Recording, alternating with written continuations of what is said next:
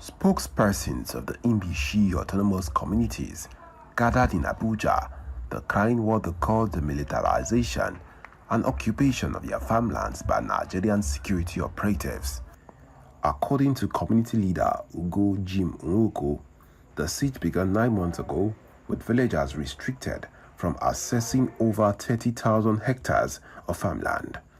He traces the origin of the dispute to 2006 when a previous state government attempted to acquire part of the land for a Chinese village project, now abandoned. We do recall that sometime in 2006, the Imo State government under Governor Chikudenwa had indicated interest in compulsorily acquiring about 2,000 hectares of land for a certain Chinese village.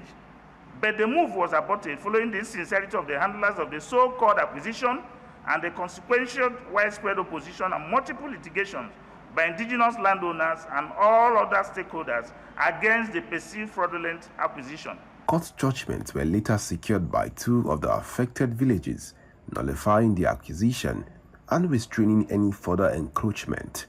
However, the community claims those rulings have been ignored by the current administration. While we were expecting to enjoy bountiful harvest from our 2024 farming season and also commence our 2025 farming season, our hopes were high and they were dashed with depression as we saw massive deployment of men of Nigerian military, police and other security agencies on the instruction of Imo State government from the beginning of 2025, destroying our farmlands and their yields. They further allege that the disputed land has now been allocated to Zion Ministry Church for the construction of a religious center and industrial facility without their consent.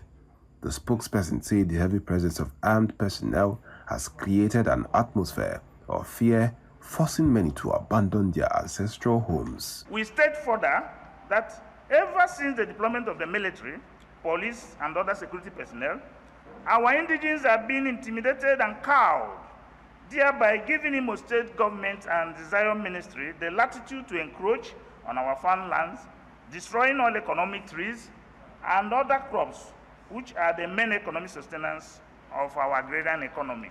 While insisting they remain law-abiding, the communities are appealing to President Tinubu to withdraw military forces from the area, uphold the court verdicts, and restore access to their lands.